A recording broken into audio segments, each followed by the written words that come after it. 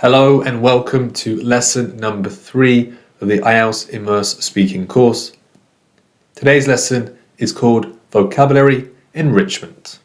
Hello again, my name is Jonathan and I will be walking you through today's lesson. Lesson number 3 of 10 comprehensive lessons. Good luck at enriching your vocabulary today, making sure that you expand your vocabulary as much as possible ahead of your speaking test. Good luck. Here are the learning outcomes. Diverse vocabulary usage. Okay, I want you to gain proficiency. I want you to improve using different types of vocabulary. So there will be things that I'll be teaching you. If you're not aware of now, you will be aware of by the end of the lesson about synonyms, idiomatic expressions, antonyms, and way more. I want you then to apply everything you learn into your IELTS speaking answers. And finally, because of this vocabulary that you enhance, you will improve that fluency, and of course, your score will improve thanks to your vocabulary range. Let's do this. So, what type of vocabulary do you need? You will need idiomatic expressions, synonyms, antonyms, phrasal verbs, collocations, topic vocabulary, discourse markers, transition words, filler words. You have learned synonyms in the previous lesson.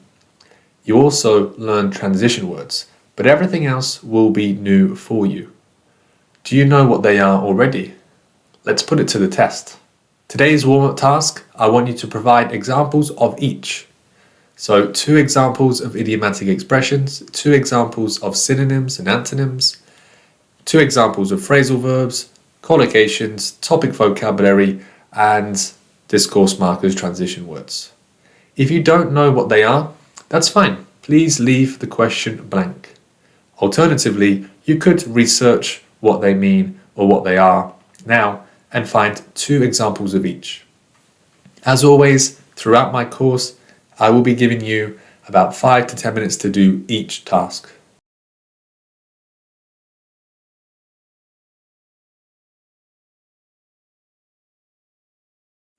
So how did you do with this task?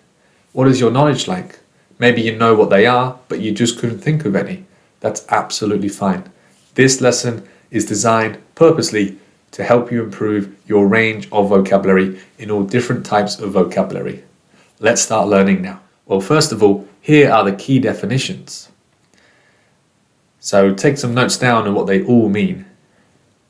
I could talk about them now, but I'm going to wait and do them step by step. Let's move on to the first one, idiomatic expressions.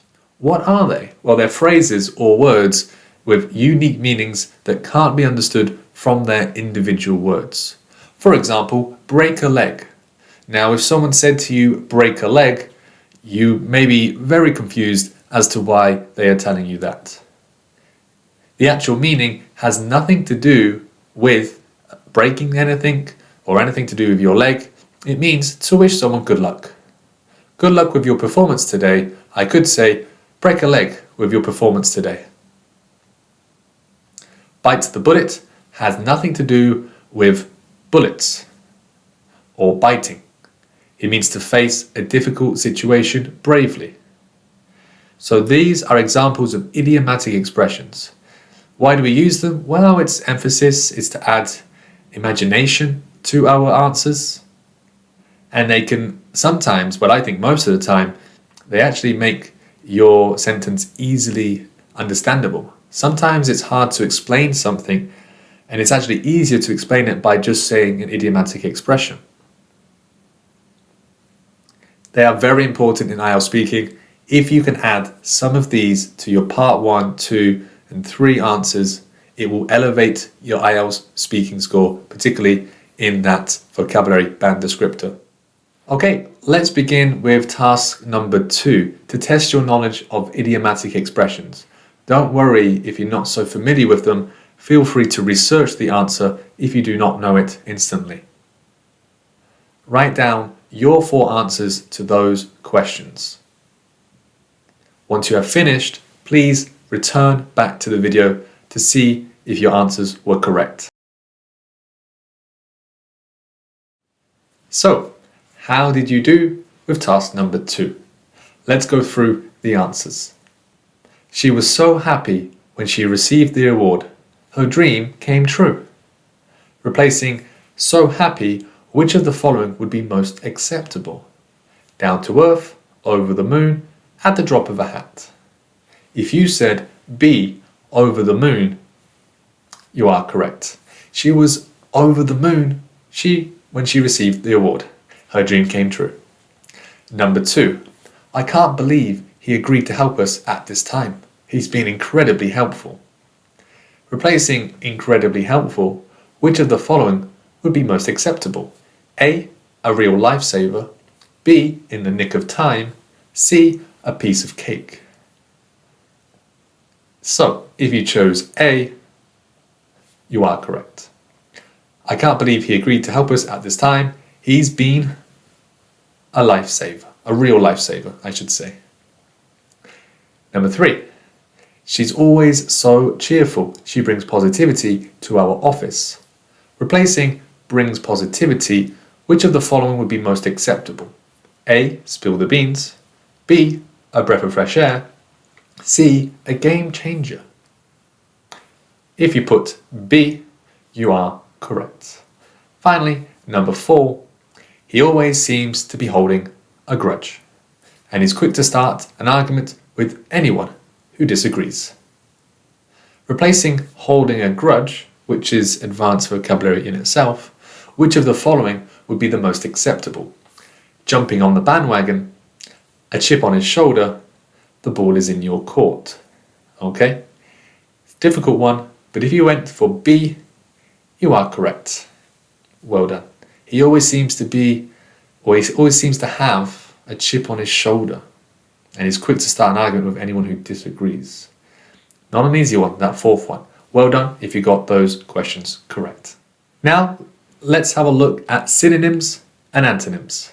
We saw in the previous lesson what synonyms are. They are words that have the same meaning as another word. For example, happy and joyful. They are synonyms of each other. Antonyms, they have the opposite meaning. For example, hot and cold are antonyms. We use these because we want to show a variation in our language. We want to avoid that repetition of saying the same words again and again. We want to use the similar meaning words, but of course not the same word itself. It's very important that you add this for your English in general, but in particular when you give your part 1, 2 and 3 answers in the IELTS speaking test. Okay, task time. Lots of tasks today. Number 3 will be about synonyms and antonyms. Here are 4 sentences. Please take your time to read all 4 sentences and choose your answer. Once again, I won't prevent you from researching online so you can find the answer, because as long as it makes you learn, that's all I care about. Once you have finished, please return back to the video.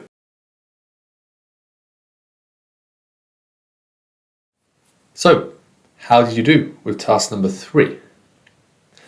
Number 1, her success in the competition made her feel blank. She couldn't stop smiling all day. So, she's obviously happy because she couldn't stop smiling. So, A, joyful is correct. Number 2, to stay healthy, it's important to have a blank diet that includes a variety of foods. We want a variety. What is another word for variety? Diverse. B is correct. Number 3, after a long day at work, he felt blank and decided to relax at home. He needed to relax at home, so maybe he was tired. He felt tired, but which one is a synonym for tired? Exhausted. He felt exhausted and decided to relax at home. And number 4, she had a blank dream last night where she was flying over a beautiful landscape. Sounds quite nice, sounds quite beautiful. The answer is A, pleasant. Well done if you got those 4 questions correct. Here is another task to test your synonym and antonym knowledge. Please write down 3 synonyms for the words you see on your screen Interesting, big, amazing. Once you have finished, please return back to the video.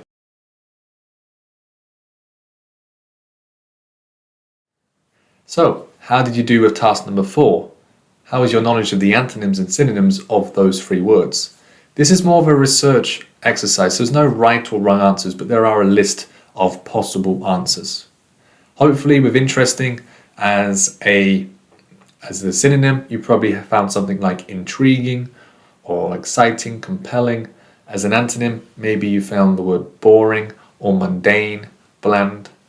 For big, you probably would have had synonyms like huge and vast and enormous.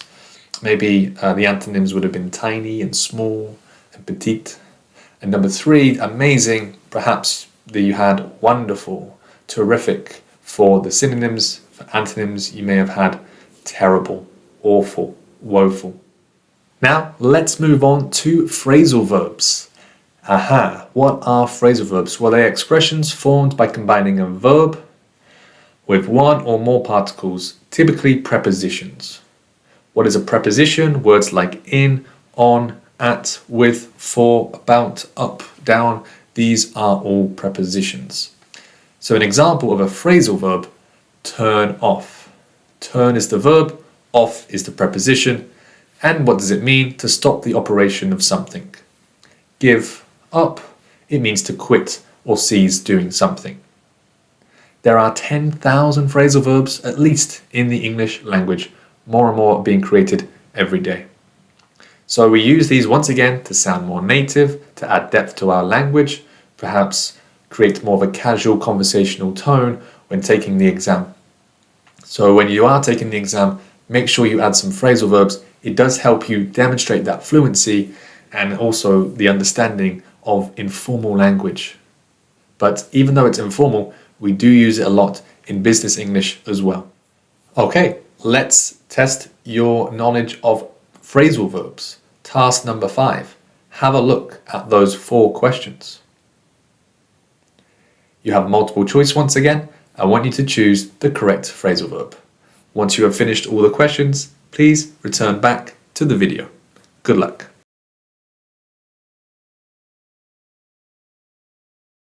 Task number 5, phrasal verbs. How did you do? Number 1. I can't believe I blank my phone at home. I need it for work. A. Turned off. B. Left behind. C. Brought along. Well, if it's at home and you need it for work, that suggests to me you don't have it. So you left behind your phone at home. Okay, number 2. Sorry.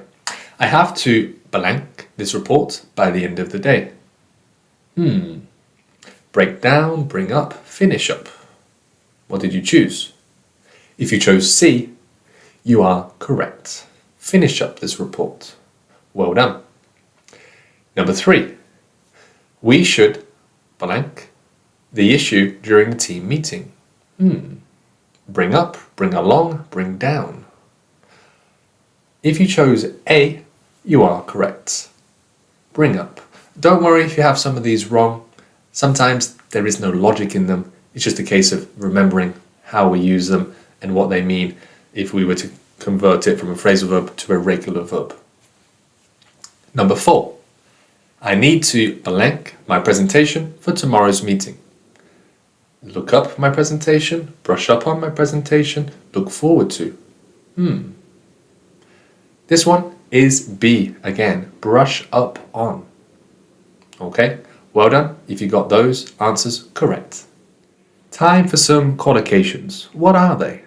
Well, they're pairs or groups of words that frequently appear together, so they tend to sound more natural. For example, strong coffee. It is a qualication. Strong and coffee, they naturally go together, even though, it's a bit strange to suggest that coffee is strong. When we think of strong, we think of muscles, strength. But strong coffee, doesn't matter. It goes well together, as does heavy rain, as heavy often describes rain. Once again, using these qualications will help you sound natural, fluent. They enhance the clarity and precision of your communication. So if you add this to your IELTS speaking, you will be showing a high level of language proficiency. It will improve your fluency and coherence of your speech. It will improve your vocabulary score. So task number 6, qualications. I would like you to read those 4 answers. And I want you to highlight all the qualications that you see. So words that go naturally together. I will give you an example with number 1. She brewed a strong cup of coffee. Strong cup, of course, is a qualication. Daily news online is another qualication. Headed to the gym. Morning workout. These are all qualications. They go naturally together. Try to do number 2, 3, and 4. Once you're finished, come back to the video.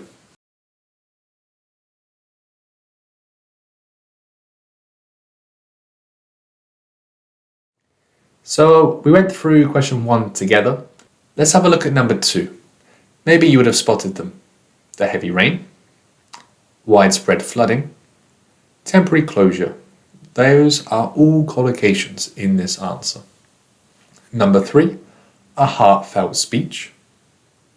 Okay, deepest gratitude. Wishing them endless happiness. Those are all collocations. They go naturally together. The word endless and happiness commonly go together. Number 4, let's have a look. A long day. Decided to unwind by watching her favourite romantic comedy on TV, enjoying a bowl of popcorn, and relaxing on the comfy couch. Well, there's more than one collocation there, for sure. A long day at work. It could be a collocation, a bowl of popcorn, a comfy couch, romantic comedy. Those are all collocations. Well done if you were able to highlight them. Okay, let's have a quick check on topic vocabulary. So these are specific words and phrases that are related to a particular subject or theme. And within IELTS, there are lots of common topics that you will see. So knowing the key topic vocabulary will help you a lot.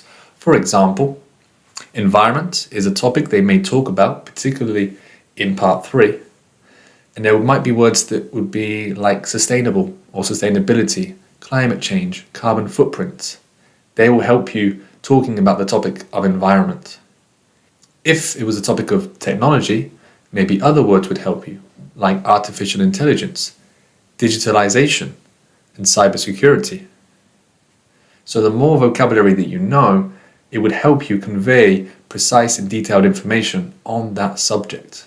So the more you know in advance, the more you will be able to be helped by yourself going into those topics during your exam.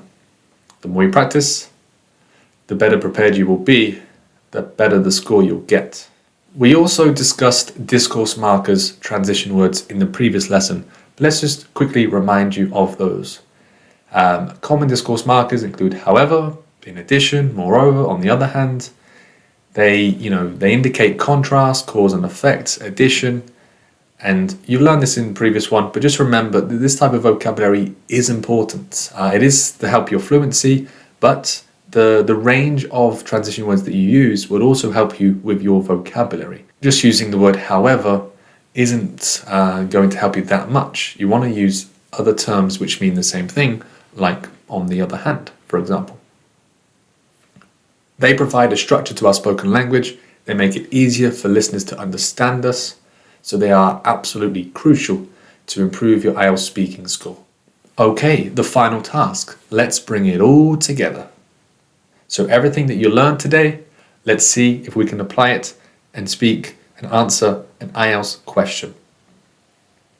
This is an IELTS question. How has the rapid advancement of technology affected our daily lives and the way we communicate with each other? Don't answer this question yet. I want you to answer it in section number 6. But before that, write down 2 generic words that you could use in this question. When I say generic, it could be any type of word. And I want you to find a synonym and an antonym for each word. Okay? Once you've done that, write down 2 phrasal verbs. Write down 2 collocations. Write down one idiomatic expression. And then, as you've got all those written down right in front of you, try to answer the question and try to use all those words that you've written down. And don't forget the discourse markers, don't forget the topic vocabulary, and all in all, you'll have a fantastic response. It's a part 3 question, so your answer should be about 1 minute or so. Good luck with this last task. This is the most important task of today. I want you to spend 5 to 10 minutes on it at least. Once you have finished it, once you have written down your answer or spoken your answer, you may come back to the video.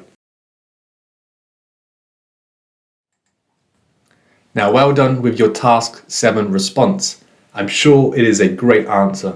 You've used all the vocabulary that you need. You've used an idiomatic expression, I hope, qualications, phrasal verbs, and you've structured it in the way that I wanted you to from the previous lesson that we did. So well done. This is a really big step. If you're able to do this time and time again, with part 3 questions in particular, this will help you a lot. So well done. If you want me to see your answer, please do send an email to me and I can give you feedback at a given time. Hope you found today's lesson very useful, and this task would hopefully be a good effort of everything that you showed throughout today's lesson. Well done. As always, I'll give you some tips for self-study before the end of the lesson, so you can do this between now and your next lesson. But lesson 8 of the course, we will go into more detail with topic vocabulary, but why not prepare before then? Learn more vocabulary about each topic to help you as much as possible. Vocabulary a day. From now until your test, write down 10 to 15 new words. There should be a variety of phrasal verbs. We know what they are now. Qualications, we know what they are. Synonyms, antonyms, and idiomatic expressions. Try to learn that many each day. It is possible. You just have to work really hard. Always check out for online content, review your notes, put into practice everything you learned today. Well done. So that concludes lesson number 3. Hopefully you enjoyed enriching your vocabulary and knowing exactly what the examiner wants. Keep on working hard. I will see you in lesson number 4. Goodbye for now.